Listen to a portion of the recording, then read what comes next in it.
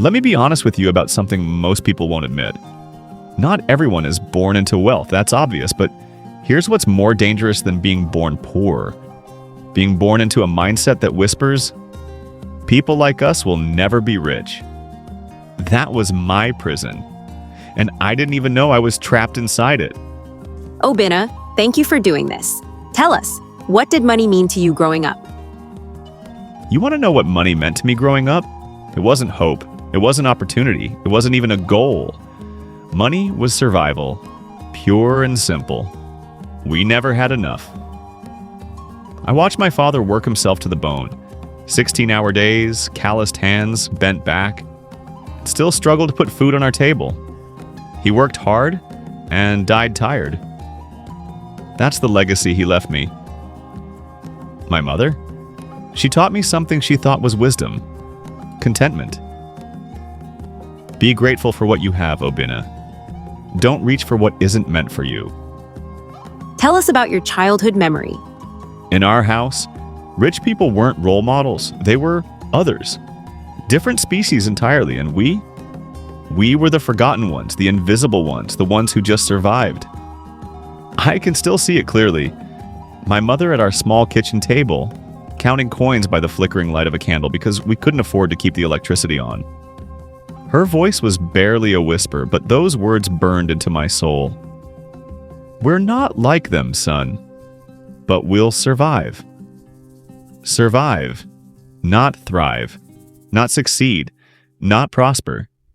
Just survive. That became my ceiling before I even knew what ambition was. Here's the twisted part. I didn't even realize I hated money. I thought I was just being realistic, being humble, staying in my lane. But the truth, I was terrified of it. I was terrified of wanting something I believed I could never have.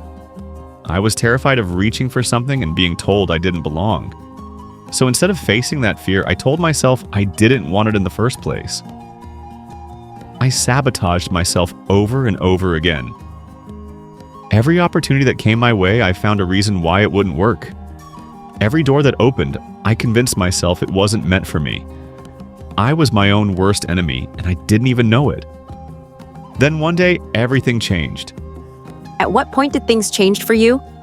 An opportunity landed in my lap, the kind of opportunity that could have rewritten my entire story. But by then, the damage was already done. The programming was so deep, so embedded in who I thought I was, that even when success was staring me in the face, I still believed I wasn't worthy of it. As I sat in that waiting room, dressed in my best, still slightly worn shoes, nervous fingers gripping my notebook.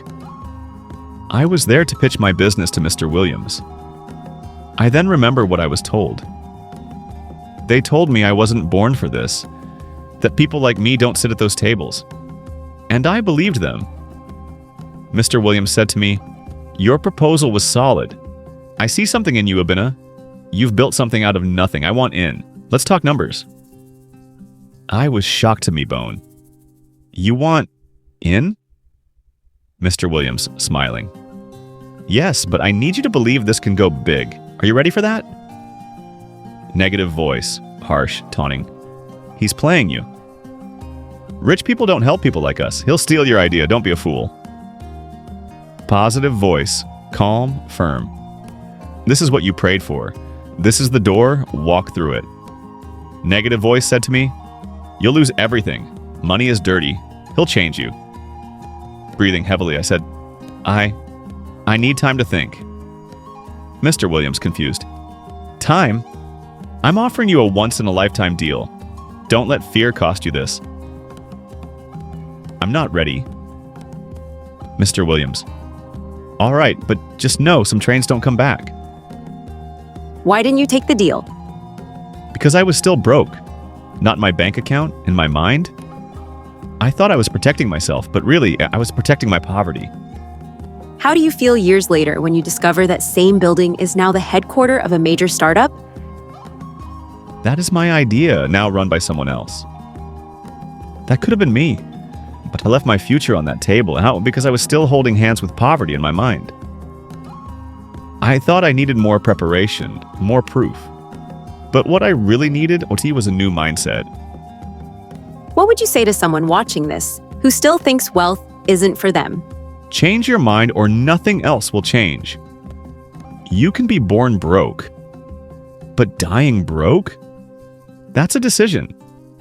Let me tell you something that took me years to understand. Poverty isn't just about having no money. Poverty is a mindset that tells you that money is dirty, that success changes people, that wanting more makes you greedy, that people like you should be grateful for scraps. That mindset is more dangerous than any financial struggle because it ensures you'll stay exactly where you are, even when the door to something better is wide open. I spent years blaming my circumstances, my background, my lack of connections. But the real enemy was the voice in my head that said, "You don't deserve this." They say money can't buy happiness, but let me tell you what it can buy. Options. Freedom.